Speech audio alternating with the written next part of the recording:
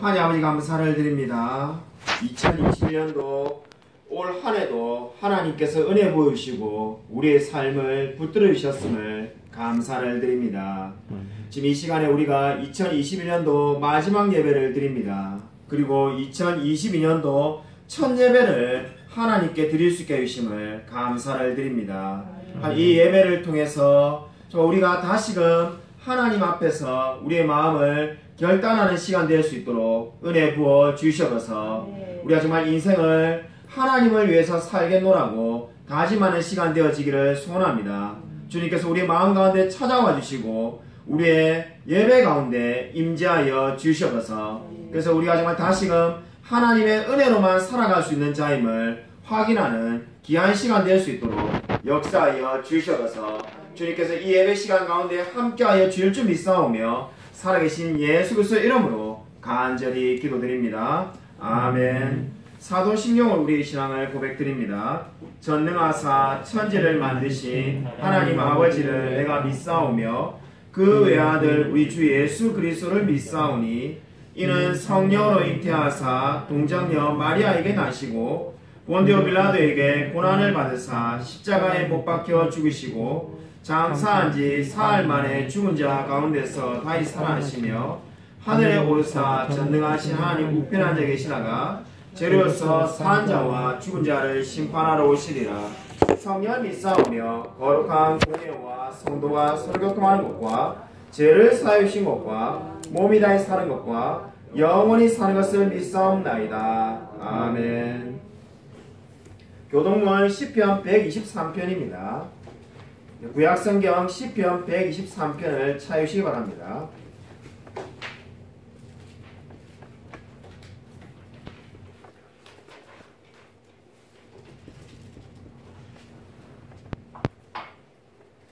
구약성경 898면입니다. 구약성경 898면 시편 123편 1절부터 끝절까지 제가 한 절, 성도님들 한 절 교독하도록 하겠습니다. 하늘에 계시는 주여 내가 눈을 들어 주께 향하니이다. 하늘의 손을 바라보는 종들의 눈같이 여주인의 손을 바라보는 여종의 눈같이 우리의 눈이 여호와 우리 하나님을 바라보며 우리에게 은혜 베풀어 주시기를 기다리나이다. 여호와여 우리에게 은혜를 베푸시고 또 은혜를 베푸소서. 심한 멸시가 우리에게 넘치나이다. 안일한 자의 조소와 교만한 자의 멸시가 우리 영혼에 넘치나이다. 아멘. 찬송가 300장 함께 부르시겠습니다. 찬송가 300장입니다.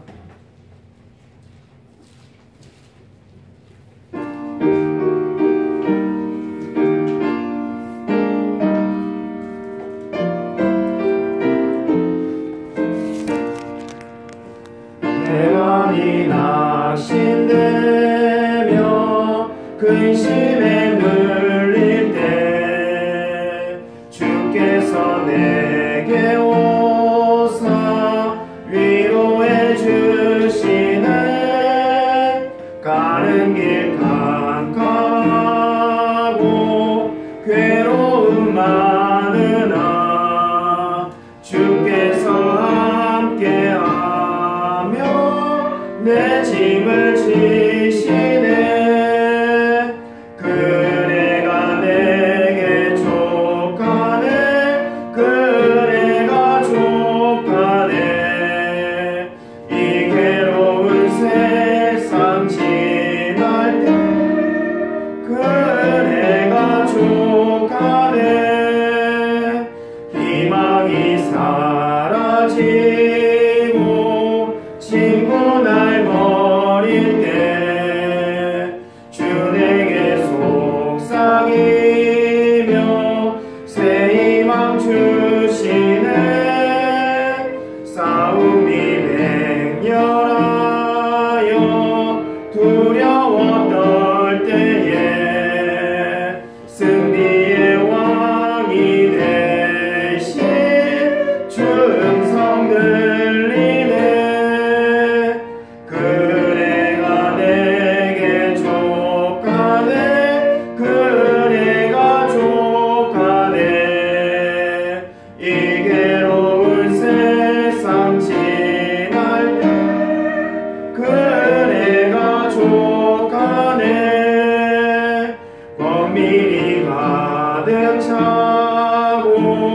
눈물이 흐를 때 주 나의 곁에 오사 위로해 주시네. 환난이 닥쳐와서 어려움 당할 때 주님의 능력 입어 원수를 이기네. 그대가 내게 족하네. 그대가 족하네. 이 괴로운 세상 지날 때 그대가 족하네. 아멘. 제가 한번 기도드리겠습니다. 그렇습니다. 주님께서 우리에게 베푸신 은혜가 족한 줄로 믿습니다. 하나님께서 우리에게 필요한 모든 것들을 채워주셨으며 2021년도 올 한 해 동안 주님께서 우리의 삶을 눈동자처럼 지켜보아 주셨음을 감사를 드립니다. 아멘. 이러한 신앙의 고백으로 하나님께 헌금을 드립니다. 주님께서 받으시고 우리의 삶 가운데 함께하여 주시옵소서. 아멘. 말하옵기는 2021년도에 함께하신 그 하나님께서 2022년도에는 갑절의 은혜로 우리의 삶 가운데 은혜 부어 주실 줄 믿습니다. 아멘. 주님께서 우리보다 우리를 더 잘 아시오니 우리의 필요한 모든 것들을 채워주시고 갈 바를 알지 못하는 우리의 삶 가운데 하나님께서 갈 길을 인도하여 주시옵소서. 아멘. 그래서 우리가 하나님 말씀이 나아가는 데까지 나아가며 멈추는 데서 멈출 수 있는 그러한 삶을 살아가게 되어지기를 소원합니다. 아멘. 우리의 남은 생애가 얼마나 남았는지 상관없이 우리의 전 생애가 하나님께 영광 돌리는 그러한 삶이 될 수 있도록 은혜 부어 주시옵소서. 아멘. 우리가 2022년도를 바라볼 때 무슨 일이 일어날지 어떠한 일이 생길지 전혀 알 수가 없습니다. 그러나 두렵고 떨리는 마음으로 하나님 한 분만을 의지함으로써 참으로 아무것도 알지 못하는 미래이지만은 정말 주님의 말씀을 붙들므로써 날마다 승리하며 살아갈 수 있도록 역사하여 주시옵소서. 아멘. 바라옵기는 우리 넘치는 교회도 더 부흥하며 이 향남 땅에 나아가서 화성행시에 수많은 영혼들에게 복음 전하는 귀한 사역 감당하는 넘치는 교회 될 수 있도록 역사하여 주시옵소서. 아멘. 주님께서 이 기도 가운데 함께하여 주실 줄 믿사오며 살아계신 예수 그리스도 이름으로 간절히 기도드립니다. 아멘. 우리 교회 소식 전하도록 하겠습니다. 먼저 우리 2021년도 한 해 동안 수고 많으셨습니다. 이렇게 옆에 있는 분들과 인사하도록 하겠습니다. 2021년도 한 해 동안 수고 많으셨습니다. 자, 그리고 우리 이 새해 복 많이 받으라는 인사는 그죠? 우리 나중에 또 조금 있다가 우리 말씀을 듣고 난 다음에 하도록 하겠습니다. 시간이 좀 더 지나간 다음에 우리 교회 소식은 전하도록 하겠습니다. 주보를 참고하시기 바랍니다. 1월 2일 주일부터 우리 예배 시간이 변경됩니다. 우리 일부 예배 참석하시는 성도님들은 시간이 오전 9시에서 오전 9시 30분으로 변경됩니다. 그래서 이 점 꼭 유념해 주시기 바랍니다. 그리고 2부 예배 시간은 오전 11시 그대로입니다. 그리고 우리 당분간은 주일학교 예배를 따로 드리지 않기 때문에 다음 주부터 주일학교 학생들도 1부 예배나 2부 예배 중에 한 예배를 꼭 반드시 참석해 주시기 바랍니다. 2022년도부터 우리 내년부터는 금요 기도회를 드립니다. 그래서 우리 대면에서 예배를 드릴 건데 오는 금요일부터 금요 기도회 시간은 저녁 10시가 되겠습니다. 그래서 저녁 10시에 우리 많은 참석을 바랍니다. 예배 후에 우리 선물이 있습니다. 주님은 나의 최고봉이라는 미국에서 10년간 베스트셀러 1등이었고 우리나라에서도 수많은 책이 팔렸는데 많은 양의 책이 팔렸는데 주님은 나의 최고봉이라는 오스왈드 챔버스가 쓴 이 귀한 책이 있습니다. 이 책을 드린 게 아니라 이 책을 묵상 달력으로 만들어 놓은 이 묵상 달력이 있습니다. 우리 넘치는 교회에서 신앙생활을 오랫동안 하신 분은 우리 예전에 성경 구절을 이 달력으로 된 그것을 하나씩 드렸습니다. 집에 아마 있을 겁니다. 그래서 이번에는 이 오스왈드 챔버스의 주님은 나의 최고봉이 이렇게 한 구절씩 날짜마다 이렇게 적혀 있고 그 밑에 또 성경 구절이 있긴 있습니다. 그래서 여러분이 나가실 때 한 권씩 받아가시기 바랍니다. 한 가정당 한 권입니다. 그래서 이 사람 숫자대로 받아가시면 안 되고 한 가정당 하나씩 꼭 받아가시기 바랍니다.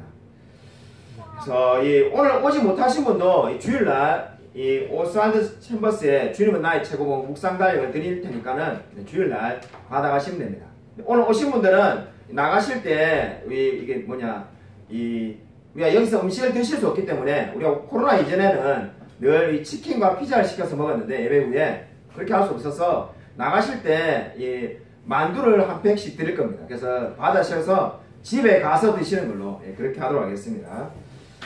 우리 하이델베르 요리문답 제118문 하도록 하겠습니다. 제가 문제를 읽고 여러분이 답을 하시면 됩니다.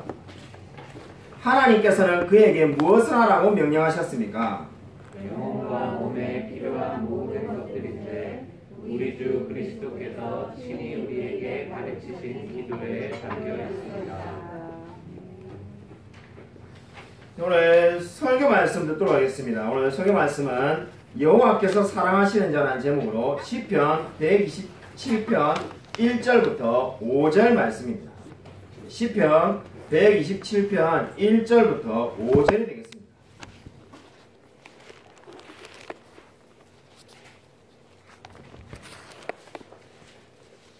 구약성경 899면입니다. 구약성경 899쪽 시편 127편 1절부터 끝절까지가 되겠습니다.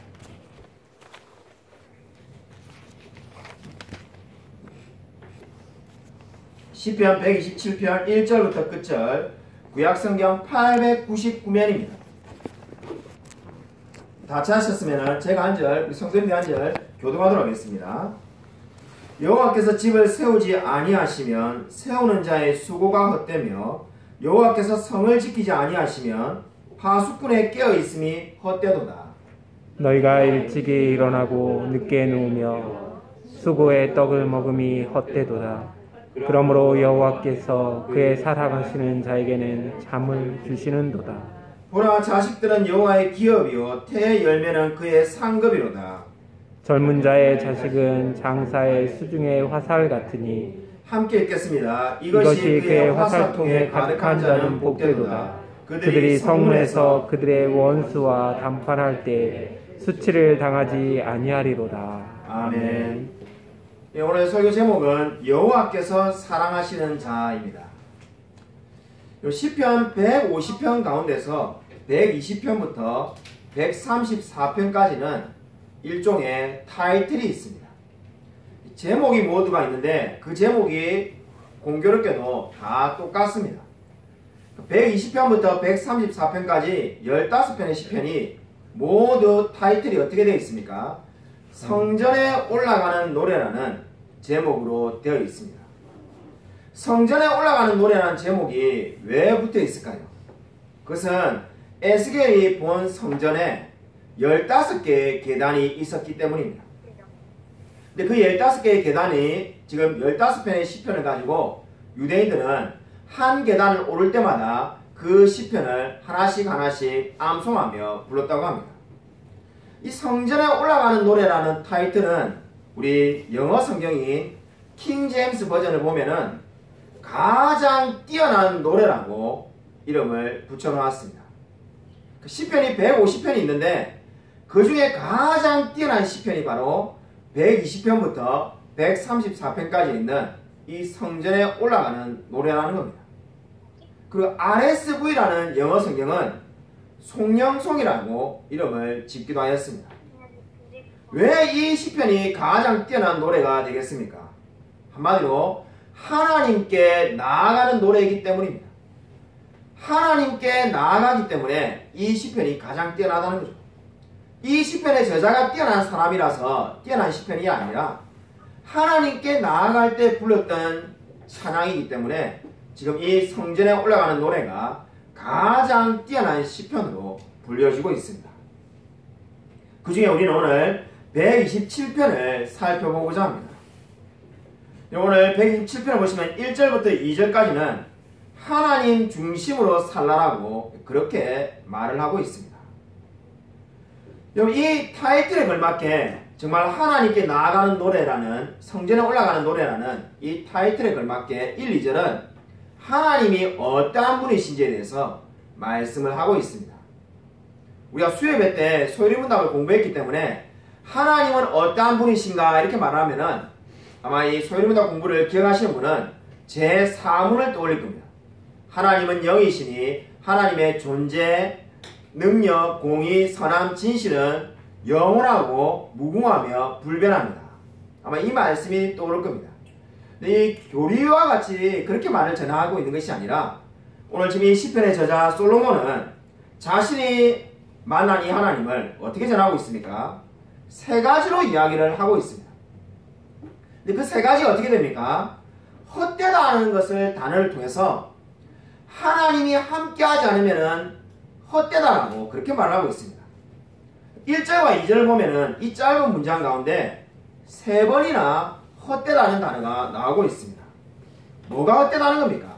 그것이 바로 하나님이 어떠한 분인지를 나타내고 있는데, 첫 번째로 여호와께서 세우지 아니하시면은 세우는 자의 수고가 헛되다 이렇게 말하고 있습니다. 너무나 유명한 말씀이기도 하죠. 아마 암송하시는 분이 많을 겁니다. 여호와께서 세우지 않으시면은 세우는 자의 수고가 헛되다는 겁니다. 여러분, 이 시편의 저자가 누구입니까?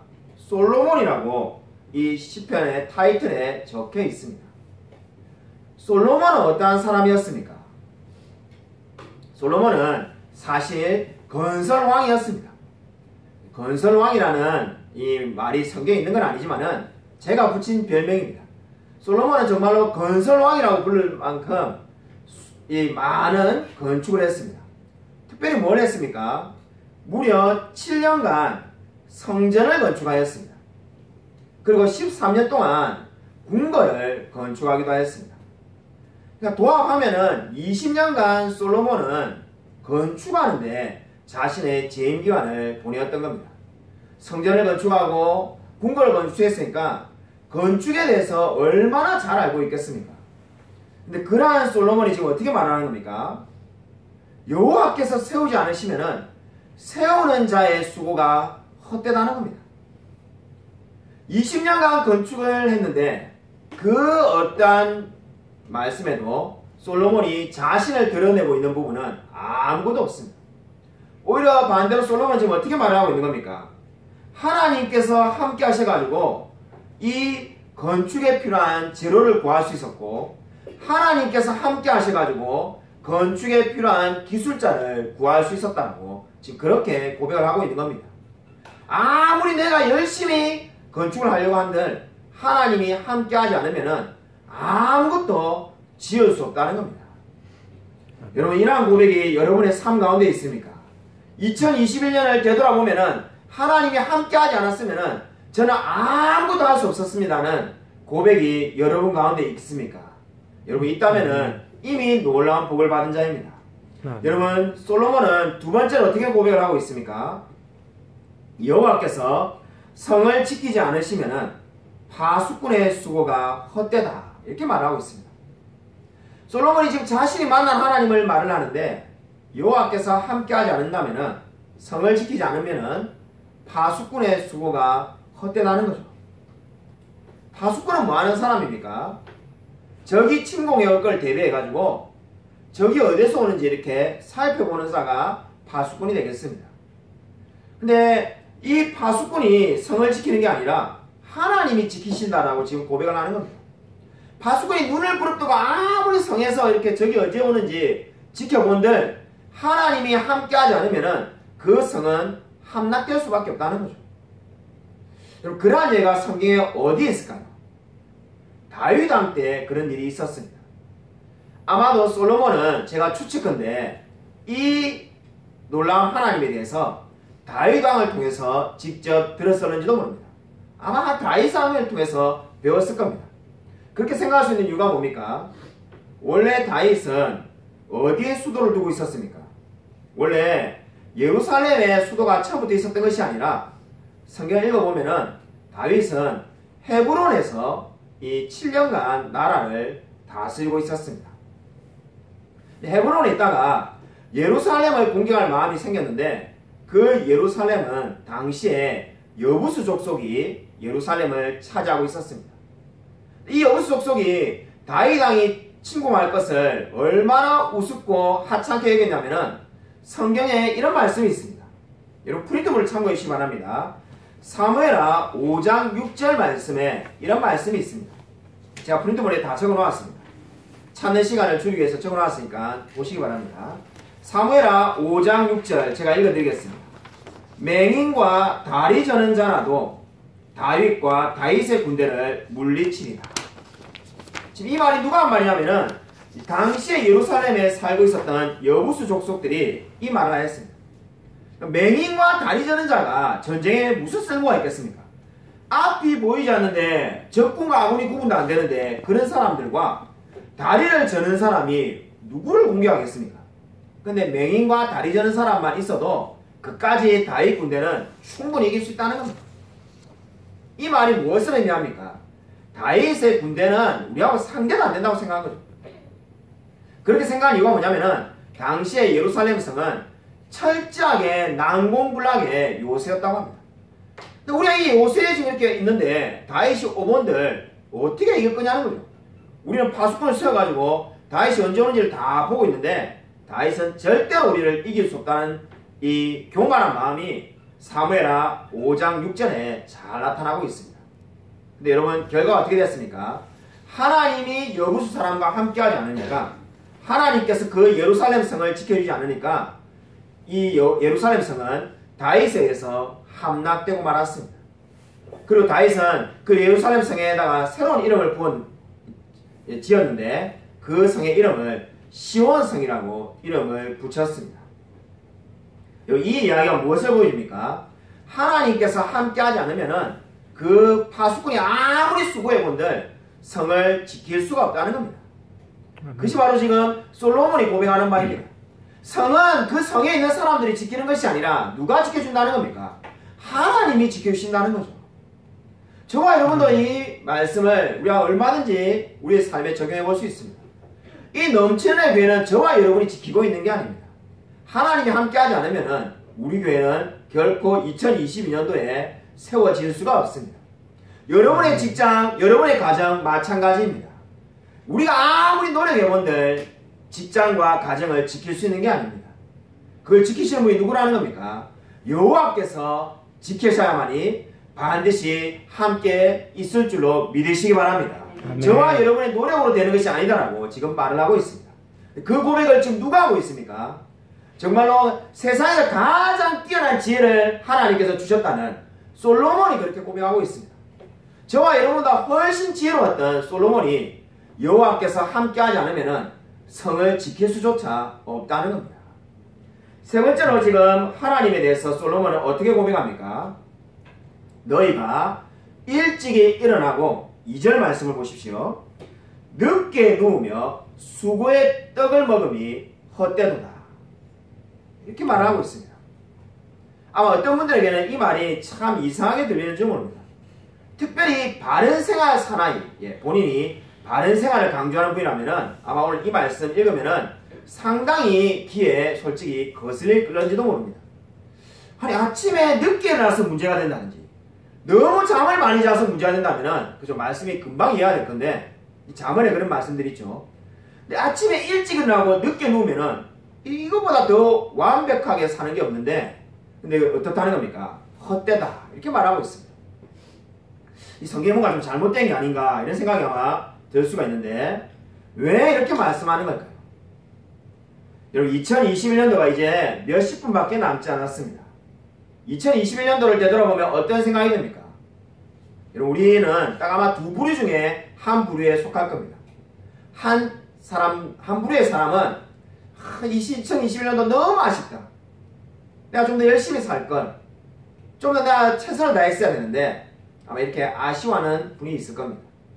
또 한 부류의 분들은 어떤 분입니까? 나 정말 열심히 잘했어. 정말 나에게 정말 100점을 주고 싶어. 2021년도는 2020년에 비해서 정말로 내가 열심히 살았어. 아마 이렇게 두 부류 중에 한 부류의 사람이 있을 겁니다. 크게 보면. 그런데 여러분, 두 부류를 볼 수 있는데 어떻습니까? 내가 좀 더 부족하다고 생각하는 사람들이 그저 열심히 살 걸 이렇게 생각할 수 있는데 오늘 성경은 내 뜻밖에도 전혀 다른 기준을 우리에게 제시하고 있습니다. 일찍이 일어나고 늦게 누운 사람이 헛되다는 겁니다. 제가 방금 두 부류의 사람을 이야기했는데 좀 내가 열심히 살 걸 게을렀어 이렇게 하는 분이 후회하는 거 충분히 이해됩니다. 근데 난 열심히 살았다고 하는 그 사람도 헛되다고 하면은 도대체 그러면 어떻게 해야지 올바르게 사는 건가? 그럼 도대체 만족하는 사람은 누군가? 아마 이런 의문이 안 들래야 안 들 수가 없습니다. 성경은 전혀 다른 기준을 저와 여러분에게 제시하고 있습니다. 그 기준이 뭡니까? 2절 마지막에 그러므로 여호와께서 그의 사랑하시는 자에게 잠을 주시는도다. 아멘.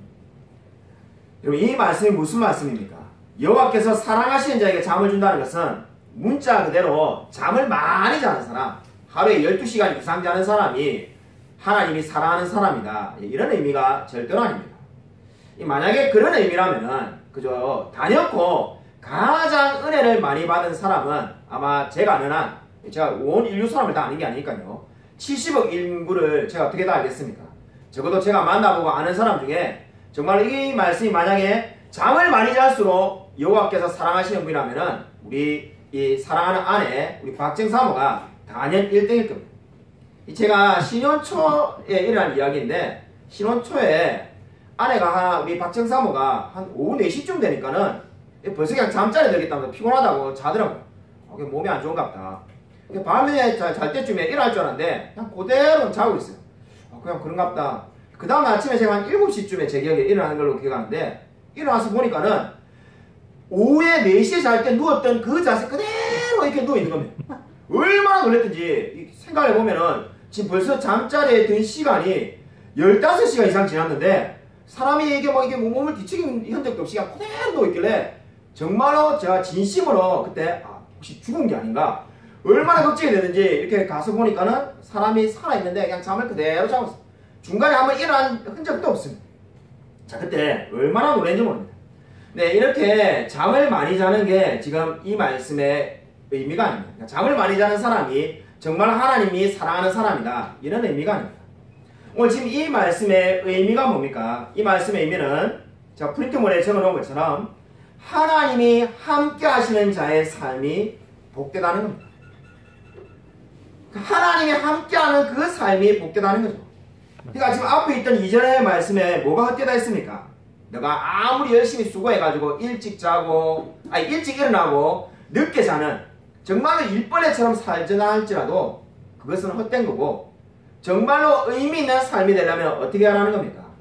하나님이 함께 하셔야 된다는 겁니다. 아멘. 세상의 기준은 네가 열심히 사느냐 아니면 게을렀느냐 이거 두 가지를 가지고 올 한 해를 잘 보냈느냐 안 보냈느냐를 판단할 겁니다. 근데 지금 성경 어떻게 판단해라는 겁니까? 너가 정말로 하나님이 함께 하셨냐는 겁니다. 2021년도에 정말로 여러분은 하나님께서 나와 함께 하셨다라고 고백할 수 있습니까? 만약 그렇게 아멘이라고 고백할 수 있다면 여러분의 삶은 이미 놀라운 복을 받은 줄로 믿으시기 바랍니다. 아멘. 여러분 성경은 저와 여러분에게 그렇게 말을 하고 있습니다. 정말로 하나님이 우리와 함께 하셨는가? 여러분 정말로 진정으로 하나님과 함께 동행하는 삶이 어떻습니까? 복되고 행복한 줄로 믿으시기 바랍니다. 아멘. 여러분 미국의 유명한 토크쇼 진행자인 오프라 윈프리의 이야기입니다. 2004년에 유엔이 선정했던 올해의 세계 지도자상을 오프라 윈프리가 받기도 하였습니다. 얼마나 대단합니까? 올해의 세계 지도자상을 유엔이 주는데 거기에 이 오프라 윈프리가 그 상도 받았습니다. 그러면은 자기의 삶이 늘 행복하다고 말해야 될 것 같은데 그 토크쇼에서 사람을 초대해가지고 이야기할 때 사람들이 힘들고 괴롭다고 말하면은 오프라 윈프리가 나의 삶도 불행했다 이렇게 말을 종종 하곤 했다고 합니다. 뭐가 불행했냐 이렇게 물어보면은 부모가 이혼을 해가지고 오갈 데가 없어서 늘 떠돌아다니면서 삶을 살았다는 겁니다. 근데 그 삶을 떠돌아다니면서 산 것이 힘들었냐 이렇게 말하면은 그것 때문에 지금 괴롭다고 말하는 것이 아니라 자기의 삶이 불행했던 이유는 단 한 가지인데 단 한 번도 아버지가 자신을 안아준 경험이 없다는 겁니다. 그러니까 아빠라는 사람이 단 한 번도 평생에 이 오프라 윈프리를 안아준 적이 없다는 겁니다. 또 다른 불행이 있는데 엄마가 단 한 번도 오프라 윈프리에게 사랑한다고 말을 했던 적이 없다라고 합니다. 그러니까 오프라 윈프리의 인생은 불행했다라고 생각하는데 그 이유는 단 한 번도 아빠가 안아준 적이 없고 단 한 번도 엄마가 딸에게 사랑한다라고 말을 해준 적이 없다는 겁니다. 그래서 자신의 인생은 불행하다는 겁니다. 여러분 너무나 안타까운 일이지 않습니까? 여러분 이 이야기가 무엇을 보여줍니까? 세상에서 수많은 돈을 벌고 인생이 잘 나가서 사람들이 존경하고 많은 상을 받았지만은 부모로부터 사랑을 받지 못한 사람은 자신의 인생을 불행하다고 여깁니다. 그렇기 때문에 오늘 성경은 저와 여러분이 어떻게 말합니까? 이 솔로몬은 여호와께서 함께 하시지 않는 인생은 헛되다는 겁니다. 여호와께서 성을 세우지 않고 여호와께서 지켜주지 않고 여호와께서 함께하지 않는 인생은 헛되고 헛되다는 겁니다. 여러분 정말 어떠한 삶을 살고 있습니까? 저와 여러분이 추구하는 것이 무엇입니까? 오늘 시편 저자의 솔로몬의 고백처럼 여호와께서 나와 함께 하심으로 나의 삶은 복되고 행복하다라고 늘 고백하는 저와 여러분이 되시기를 주님의 이름으로 축원드립니다. 오늘 두 번째는 이제 하나님 중심으로 살 때 우리가 받는 축복이 되겠습니다. 하나님 중심으로 살라는 것이 1절부터 2절의 말씀이었는데 이제 2절 후반부부터 5절까지는 그러면 저와 여러분이 하나님 중심으로 인생을 살 때 어떤 복을 받게 되는지를 지금 말씀하고 있습니다. 우리 이미 보았던 2절 후반부에 바로 그 복이 뭔지가 나오고 있습니다. 2절 후반부를 보시면은 우리가 이미 읽었던 말씀인데 하나님께서 그러니까 여호와께서 그의 사랑하시는 자에게 잠을 주시는도다 이렇게 말을 하고 있습니다. 근데 여기서 잠이 뭡니까? 이 잠이라는 것은 NASB라는 영어 성경을 보면은 그가 잠을 잘 때도라고 그렇게 번역을 하고 있습니다.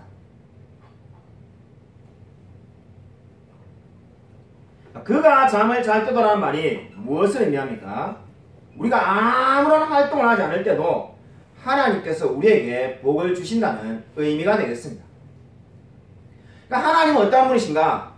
바로 우리가 잠을 자고 있는 그 순간까지도 함께 하시면서 우리에게 복을 주신다는 겁니다. 아멘. 그럼 그 복이 뭘까요? 구체적인 내용이 이제 3절부터 나오기 시작합니다. 3절 말씀을 우리 다시 한번 읽겠습니다. 우리 3절 같이 한번 읽겠습니다. 예, 시작. 오라 자식들은 여호와의 기업이요 태의 열매는 그의 상급이로다. 하나님께서 우리가 잠을 자고 있을 때조차도 복을 주시는 분이라고 2절에서 말씀했습니다.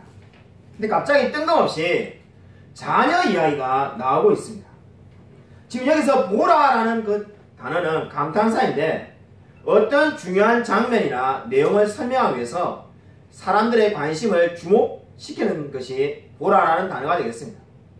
그러니까 마치 엄청나게 중요한 이야기를 하기 전에 학교에서 선생님이 막 칠판을 치는지 교탁을 때리면서 막 이 시험에 나온다 이렇게 말하는 것처럼 지금 보라 이렇게 말하면은 그 뒤에 반드시 중요한 내용이 성경에는 나오게 되어 있습니다. 근데 이 중요한 내용이 지금 그런데 뭘 이야기합니까? 자녀를 이야기하는 겁니다. 하나님이 복을 주신다고 했는데 그 복이 뭐라는 겁니까? 자녀라고 지금 이렇게 이야기를 하는 겁니다. 설교를 준비하면서 저도 상당히 많은 부담이 있었습니다. 우리 교회 그 성도님 중에 혼자 사시는 분 비율이 상당히 높은데 설교 본문을 송구의 신념이 딱 할 만한 말씀이 아닌 것 같다. 딴 걸 할까? 자녀 이야기를 해봐야 그죠? 이 공감이 안 되는 분이 지금 이 자리에 앉은 분들 중에도 그런 분들이 있는데 상당히 공감이 안 될 건데 이거 어떻게 설교해야 되나 이렇게 묵상을 하다 보니까 이게 자녀에 대한 복만 말하는 것이 아니라 하나님이 수많은 복을 주시는데 그 중에 한 예로 지금 자녀를 들고 있을 뿐입니다. 그렇기 때문에 자녀가 없는 분이라고 해서 지금 나하고는 상관없는 말씀이구나 이렇게 생각하실 필요는 없습니다. 여하튼 하나님께서 우리에게 잠을 잘 때조차도 복을 주시는데 그 중에 한 가지가 뭐라는 겁니까? 자녀를 돌봐주신다는 겁니다. 그리고 아마 우리 나이가 어느 정도 드신 분들 중에 인생에 제일 중요한 것이 뭐냐 이렇게 묻는다면은 물론 하나님을 사랑하는 거지만은 하나님 사랑하는 거 빼고 제일 중요한 거라고 말하면은 아마 자녀라고 말하는 분이 많이 있을 것 같습니다. 내 인생에 하나님 빼고 제일 중요한 거는 나보다도 더 중요한 존재가 있는데 그게 자녀다. 이렇게 말하는 분이 있을 겁니다. 근데 아무리 자녀에게 잘해주고 싶고 뭐 전화하고 선물도 보내고 챙긴다 하더라도 여러분이 자고 있을 때는 아무것도 도와줄 수가 없습니다. 근데 오늘 성경 놀랍게도 어떻게 말합니까? 여러분이 자고 있을 때조차도 하나님께서 자녀들을 돌보아 주신다는 겁니다. 그것이 바로 복이라고 성경은 말씀하고 있습니다. 아멘. 여러분이 너무나 은혜롭고 감사한 말씀이지 않겠습니까? 아멘. 파스칼이 쓴 팡세에 이런 아주 흥미로운 내용의 글이 나옵니다. 어느 사람이 파스칼에게 찾아가서 이렇게 말을 했다고 합니다. 저는 믿음을 가지자마자 쾌락을 버릴 것입니다. 저는 믿음을 가지게 되면 바로 쾌락을 버릴 거라는 거죠. 그 말을 듣자마자 파스칼이 이렇게 말을 했다고 합니다. 당신이 쾌락을 포기하지 말자, 그러니까 쾌락을 포기하자마자 믿음을 가지게 될 것입니다. 그분이 한 말은 반대로 뒤집어서 말한 거죠. 저는 믿음을 가지게 된다면 만약에 쾌락을 포기할 겁니다. 이렇게 말하자 당신이 쾌락을 포기하게 되면은 믿음을 가지게 될 겁니다. 이렇게 말한 겁니다. 그래서 파스칼이 이렇게 덧붙여서 이렇게 말했다고 합니다. 지금 저는 당신에게 믿음을 주고 싶습니다. 근데 당신이 믿음을 받았다는 것을 어떻게 증명할 수 있겠습니까? 증명할 방법이 하나도 없습니다.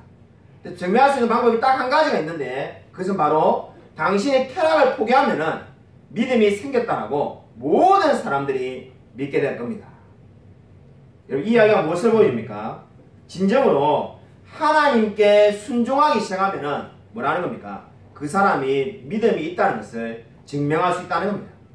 여러분 오늘 성경 저와 여러분이 뭘 말을 하고 있습니까? 자기 중심적인 삶을 버리고 하나님 중심적인 삶을 살아라고 말씀을 하고 있습니다. 여러분 4절 5절 말씀을 보시면은 계속해서 자녀에 대한 이야기가 이어지고 있습니다. 하나님께서 우리가 잠을 자는 순간까지도 자녀를 돌봐 주신다고 했는데 4절 5절 말씀을 이제 계속해서 어떻게 말하고 있습니까? 우리 4절 5절 말씀 같이 한번 읽겠습니다. 우리 4절 5절 다시 한번 읽겠습니다. 네, 시작. 젊은 자의 자식은 장사의 수중의 화살 같으니 이것이 그의 화살통에 가득한 자는 복되도다. 그들이 성문에서 그들의 원수와 담판할 때에 수치를 당하지 아니하리로다. 아멘. 여러분 자식이 어떠하다라고 말을 하고 있습니까? 장사가의 수중에 있는 화살 같다는 겁니다. 여러분 이 전쟁에 나간 장수가 화살이 없이 나가는 것과 화살을 가지고 나가는 것과 굳이 설명할 필요 없이 정말 하늘과 땅만큼 차이가 나지 않겠습니까? 전쟁에 나간 장수가 이미 화살통에 화살만 가지고 있어도 이 마음이 든든합니다. 이 적군을 보면 이제 쏘면 되니까요. 근데 자녀가 어떻다는 겁니까? 바로 그 화살 같은 존재라는 거죠. 이 의미는 뭡니까? 한마디로 자녀가 있으면은 마음이 든든해지고 위로가 된다는 겁니다. 그렇기 때문에 그 자녀가 뭘 해준다는 겁니까? 5절에 보시면은 수치를 당하지 아니하리로다 이렇게 말합니다. 자녀가 있으면 그 자녀가 저와 여러분 하여금 수치를 당하지 않게 해준다라고 성경은 말을 하고 있습니다. 그러므로 한마디로 말해서 그 자녀들로 인해서 저와 여러분이 마음이 든든해지고 수치를 당하지 않는 그러한 상태로 가게 될 거라고 말을 하고 있습니다.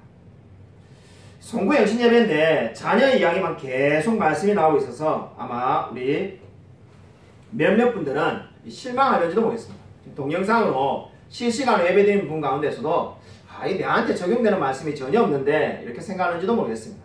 네, 다시 한번 말씀드리지만은 이것은 하나님이 주시는 여러 복 중에 성경에서 한 가지의 예를 들고 있을 뿐입니다. 저는 이 말씀을 묵상하면서 제물로 우리 적용을 해보았습니다. 그러니까 여호와께서 정말 우리를 사랑하시고 우리가 정말 하나님 중심적으로 살아야 된다는 이 말씀을 제물에다가 한번 적용을 해서 생각을 해보았습니다. 그냥 직설적이고 단도직입적으로 말해서 왜 하나님은 우리에게 필요한 만큼 돈을 주시지 않을까요? 우리 성도님들 가운데 혹시 내가 필요한 만큼 돈을 가졌다라고 생각하는 분이 있습니까? 아마 그렇게 생각하는 분도 계시겠지만은 늘 돈이 부족하고 모자란다라는 생각이 들지 않습니까? 그러한 생각이 드는 분들에게 알렉산드리아의 교부였던 클레멘트가 한 말을 여러분에게 전해드리고 싶습니다. 재물은 구두와 같다. 거의 2000년 전에 지금 한 말인데요. 이 알렉산드리아의 초대 교부였던 클레멘트는 재물은 구두와 같다는 말을 남겼습니다. 여러분, 어떤 구두가 좋은 구두입니까? 아무리 백화점에서 비싼 구두를 사도 여러분의 발에 그 구두가 맞지 않으면 그 구두는 아무 짝에도 쓸모없는 구두일 뿐입니다. 비싸고 이쁜 것도 좋지만 구두는 제일 먼저 뭐에 맞아야 됩니까? 발에 맞아야 하는 겁니다. 그런데 지금 이 재물도 마찬가지로 어떻다는 겁니까? 이 재물도 바로 발에 맞지 않는 구두처럼 될 수 있다는 겁니다. 그러니까 재물은 구두와 같다는 것은 재물이 무조건 많기만 한다라고 우리에게 유익이 되는 것이 아니라는 의미가 되겠습니다. 재물은 우리가 하나님으로부터 마음이 멀어지지 않는 만큼 우리에게 있으면 충분하다는 의미가 되겠습니다. 재물이 너무 많아서 하나님을 멀리해도 문제고, 재물이 너무 없어가지고 인생이 괴롭고 힘들어도 문제가 됩니다. 근데 하나님께서 어떻게 하신다는 겁니까? 마치 우리 발에 맞는 구두처럼 우리에게 딱 필요한 만큼 재물을 주신 줄로 믿으시기 바랍니다. 저와 여러분이 가지고 있는 것은 절대로 하나님이 실수해서 우리가 적게 가지고 있는 것이 아닙니다. 우리가 필요한 만큼 하나님께서 2021년도에도 다 채워주신 줄로 믿으시기 바랍니다. 아멘. 여러분, 2021년도가 끝나가고 있습니다. 그리고 2022년도가 다가오고 있습니다. 한 해가 끝나가는데 여러분에게 제일 아쉬웠던 것이 무엇입니까? 그리고 내년을 생각하면 가장 바라는 소망이 무엇입니까? 저는 이번 주에 말씀을 준비하면서 이런 생각이 들었습니다. 오늘 우리 교회 카톡방에도 우리 장로님께서 모든 것이 은혜다라고 이게 좋은 문구에 카톡을 남겨주셨습니다. 저도 그 생각을 참 그때 많이 하고 있었는데, 모든 것이 은혜고 모든 것이 은혜인데, 생각을 솔직히 곰곰이 하다 보니까 해마다 은혜였는데, 작년에도 은혜였고 재작년에도 은혜였는데 왜 삶이 점점점 더 힘들어지는가, 이런 생각을 해보게 되었습니다. 아마 여러분 가운데도 그런 생각을 하는 분이 있을 건데, 차마 그렇게 말을 입에서 꺼내면은 목사님이 내가 신앙이 없는 사람을 생각했지, 그래서 말을 할 수 없다고 생각하고 제가 대신 먼저 꺼낸 겁니다. 그래서 은혜가 매해마다 왔었는데, 예수 믿은 지 지금 1년이 됐으면 또 몰라도 10년, 20년, 30년 지났는데 해마다 하나님의 은혜는 넘쳤는데 왜 삶이 점점점 더 힘들어진 것 같은가? 그죠? 고난이 없어야 되고 시험이 없어야 되는데 더 많은 고난과 더 많은 어려움이 솔직히 찾아옵니다. 도대체 어디에 뭐가 문제가 있는 건가? 제가 묵상을 해보았습니다. 이런 뭐가 잘못된 걸까요? 잘못된 게 아무것도 없습니다. 정말 하나님의 은혜는 늘 우리에게 임했고 그 하나님의 은혜는 진정으로 우리에게 찾아왔습니다. 그러면 우리가 왜 이렇게 수많은 고난과 수많은 시험이 우리에게 찾아옵니까? 한나 스미스라는 분이 그의 책에서 이렇게 말하였습니다. 바로 이분이 저와 여러분이 궁금해하는 질문에 대한 대답을 해주었습니다.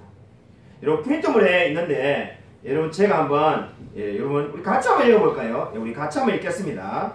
우리 프린트물에 보시면은 한나 스미스라고 이름 적혀있고, 자, 그 원래 예수님을 이렇게 되어있죠. 우리 그 부분 빨간 글자 되어 있는 부분 같이 한번 읽겠습니다. 원래 예수님을 믿기 전에는 시험이 없다. 그리고 예수님을 믿어도 초기에는 시험이 적을 수 있다. 오히려 우리가 하나님의 자녀로서 확신을 갖고 믿음을 굳게 가지고 올바른 경건 생활을 하려고 할 때 시험이 배나 많아진다. 여러분, 이 말을 꼭 기억하시기 바랍니다. 예수님을 믿기 전에는 시험이 없습니다. 뭐 어렵게 생각할 필요 없이 우리 하나만 예를 들어도 예수님을 믿기 전에는 내가 주일날 예배를 드리기 위해서 주일 성수해야지 이런 고민을 할 필요가 없습니다. 그냥 주일 성수를 안 해도 되니까요. 그래서 예수님을 믿기 전에는 시험이란 게 아예 없습니다. 그리고 신앙이 적을 때는 시험이 적습니다. 근데 신앙이 자라가면 자라갈수록 시험이 어떻다는 겁니까? 배나 많아진다는 겁니다. 여러분, 성경에 정말로 이렇게 말을 하고 있을까요? 한나 스미스가 이렇게 고백했는데 성경을 보면은 이 말이 진리라는 것을 우리가 알 수가 있습니다. 여러분, 이스라엘을 보십시오. 출애굽을 하고 난 다음에 광야에 있을 때는 싸워야 될 적군이 아무도 없었습니다. 이스라엘 백성이 40년 동안 광야에 있을 때 만나와 메추라기를 먹을 때 그 누구도 적군이 와가지고 만나를 앗아가거나 메추라기를 빼앗아갔다는 기록 없습니다. 그 말은 뭡니까? 이제 막 출애굽을 홍해를 건너가지고 신앙생활을 시작했을 때는 어려움이 없다는 겁니다. 그래서 실제로 우리가 수많은 간증을 들어보면 어떻습니까? 막 지금 예수님을 믿은 사람은 그저 막 진짜 천국에 있는 것처럼 엄청난 간증을 하지 않습니까? 근데 오히려 예수님을 오랫동안 믿은 분들은 나는 저런 때 언제 했었나 그저 기억이 안 나죠. 그 이유가 왜냐면은 처음에 예수님을 만나면은 어떻습니까? 광야에서 적이 없습니다. 근데 막상 이스라엘이 어떻습니까? 그렇게 들어가고 싶어 했던 가나안 땅에 들어가니까 어떻습니까? 수많은 적들이 몰려옵니다. 7개의 부족과 밤낮 없이 전쟁을 치러야만 했습니다. 그리고 가나안 땅에서 31명의 왕들이 이스라엘 백성들을 공격하였습니다. 그러니까 광야에서는 아무런 적이 없었는데 가나안 땅에 들어가니까 약속의 땅에 들어갔는데 그 땅이 잘못 들어간 게 아닙니다. 하나님이 들어가라는 약속의 땅에 왔는데 31명의 왕과 싸워야 되고 7개의 부족과 밤낮으로 전쟁을 벌여야 됩니다. 이게 바로 뭘 보여줍니까? 신자의 모습입니다. 저와 여러분의 모습입니다. 오늘 우리가 예수를 믿으면은 시험이 별로 없습니다.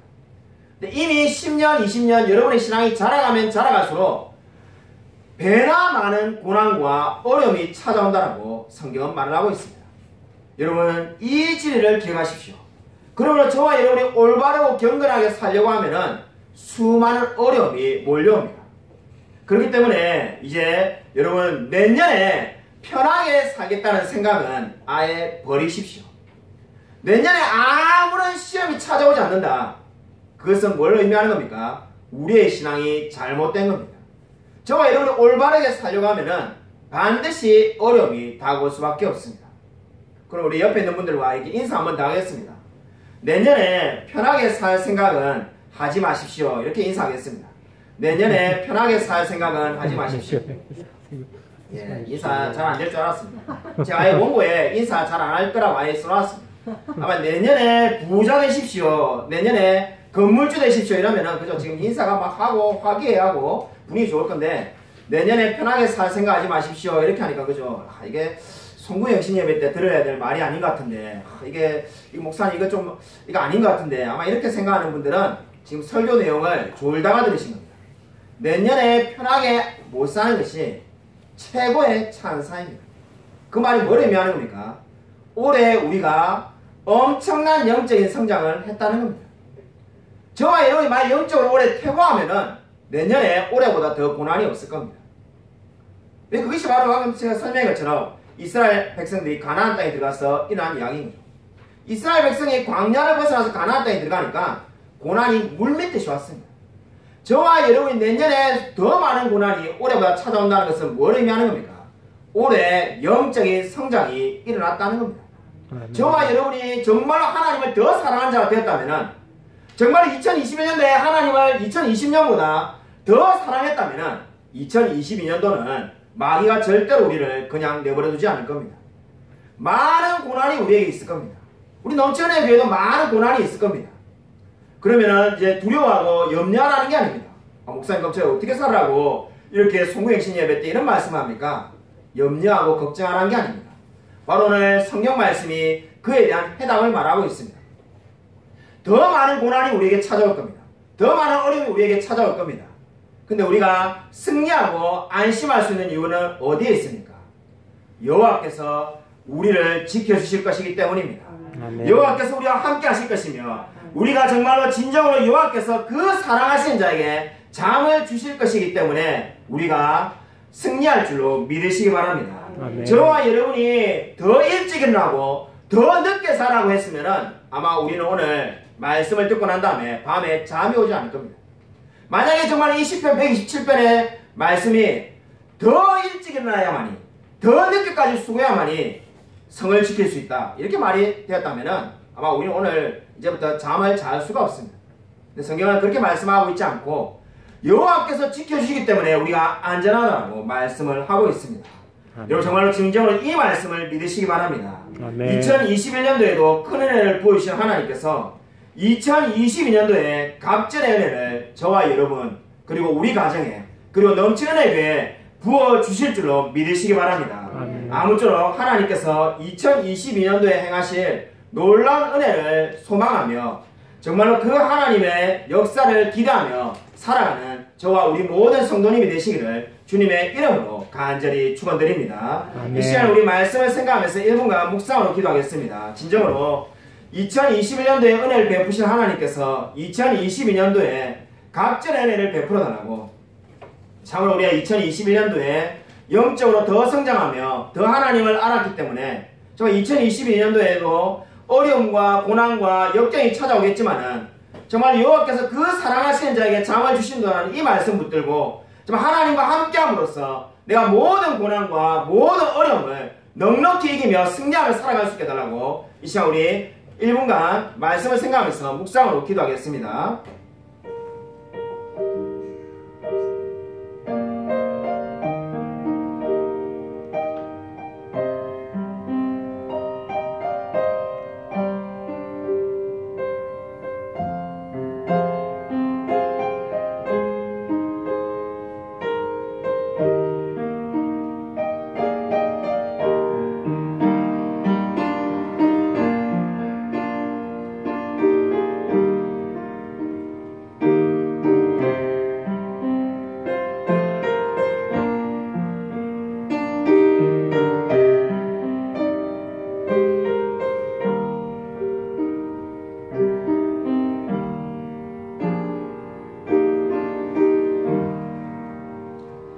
하나님 감사를 드립니다. 참으로 여호와께서 그 사랑하시는 자에게 잠을 주시는다라는 그 말씀을 믿습니다. 주님과 함께 동행하기 때문에 주님께서 우리의 삶 가운데 역사하시기 때문에 늘 우리가 기뻐하며 감사하며 살아갈 수 있도록 은혜 부어 주셔서 사람은 자신의 노력과 우리의 수고로 사는 것이 아니라 우리가 좀 더 부지런하게 일찍 일어나고 늦게까지 수고하는 것이 중요한 것이 아니라 하나님께서 함께 하셔야만이 우리가 살게 될 줄로 믿습니다. 우리가 정말 주님께서 함께 동행함으로 날마다 기뻐하며 살아갈 수 있도록 은혜 부어 주셔서 정말 2021년도에 하나님께서 함께 하신 것처럼 2022년도에 우리의 삶과 우리의 가정과 우리의 교회 가운데 하나님께서 함께하여 주셔서 주님의 은혜가 넘쳐나야 될 줄로 믿습니다. 주께서 우리에게 정말 각별한 은혜를 부어주시고 정말 우리가 약할 때 하나님께서 함께 하심으로 우리가 강하다라고 고백할 수 있도록 은혜 부어 주셔서 나의 나된 것은 오직 하나님의 은혜라고 우리가 고백할 수 있게 되어지기를 소원합니다. 하나님 바라옵기는 진정으로 우리 넘쳐나게 하나님께서 함께 하셔서 수많은 믿지 않는 영혼들에게 이 복음 전파하며 살아갈 수 있도록 역사하여 주셔서 정말 감사하기는 2021년도에 여러 명의 우리 성도님들이 함께 우리 넘쳐나게 교회에 신앙생활하게 된 것을 감사를 드립니다. 바라옵기는 2022년도에 더 많은 사람들에게 복음을 전파하며 더 많은 영혼들이 하나님 만날 수 있도록 은혜 부어 주셔서 우리가 원하는 김보라 선교사님도 이제 다음 달에 사역하시는 나라에 출국하게 됩니다. 정말 주님께서 함께 하셔서 그 나라에 복음을 전파하며 수많은 영혼들이 하나님을 믿고 정말 하나님을 찬양하는 놀라운 역사에 날 수 있도록 은혜 부어 주셔서 정말 바라옵기는 우리 넘치는 성도님 한 가정 한 가정에 주님께서 필요한 모든 것들을 채워주시고 정말 물질적으로 어렵지 않게 해주시며 정말 늘 우리가 건강하게 주님께 영광 돌릴 수 있도록 역사하여 주셔서 참으로 정말 비록 코로나가 계속해서 진행 가운데 있지만은 우리가 정말 이 가운데서도 하나님께 감사하며 늘 정말 주님께 영광 돌리며 살아갈 수 있도록 역사하여 주셔서 주께서 우리의 삶을 늘 붙들릴 줄 믿사오며 살아계신 예수 그리스도 이름으로 간절히 기도드립니다. 아멘. 우리 옆에 있는 분들과 우리 한번 인사하도록 하겠습니다. 우리 딱 새해가 5분 전인데 우리 그죠? 제가 이 설교를 길게 하는 스타일이 아니라서 아직 5분이 남아 있습니다만은 그래도 이미 그래도 5분 앞당겨서 우리 인사하고 우리 제가 축도함으로써 예배를 마치도록 하겠습니다. 우리 옆에 있는 분들과 새해 복 많이 받으시기 바랍니다. 이렇게 인사하도록 하겠습니다. 새해 복 많이 받으십시오. 새해 복 많이 받으십시오. 새해 복 많이 받으십시오. 우리 생각해보면 이게 얼마나 귀한지 모릅니다. 새해 첫 순간을 그죠? 우리 함께하는 우리 공동체, 우리 사랑하는 우리 넘치는 교회 가족들과 시간을 보낸다는 거 귀한 일이지 않겠습니까? 그래서 우리 참으로 다시 한번 이렇게 인사하도록 하겠습니다. 주의 복이 넘치나시길 바랍니다. 이렇게 인사하도록 하겠습니다. 주의 복이 넘치나시길 바랍니다. 우리 동영상으로 예배를 지금 시청하고 있는 우리 성도님들 가운데도 우리 함께 하시길 바랍니다. 제가 축도드림으로써 예배를 마치겠습니다. 이제는 주 예수 그리스도의 은혜와 하나님의 사랑과 성령의 교통하심이 여호와께서 함께하지 않으시면은 우리의 모든 수고가 헛되다는 것을 알고 우리의 모든 삶 가운데서 하나님께서 함께하심으로 우리가 정말 2021년도에 하나님께 영광 돌리며 산 것처럼 2022년도를 정말 모든 영광을 주님께 돌리며 하루하루를 감사히 여기며 기뻐하며 살아가기로 다짐하는 이 자리에 있는 성도들과 동영상으로 예배드리는 모든 성도들 머리 위에 지금부터 영원토록 함께 있을지어다. 아멘.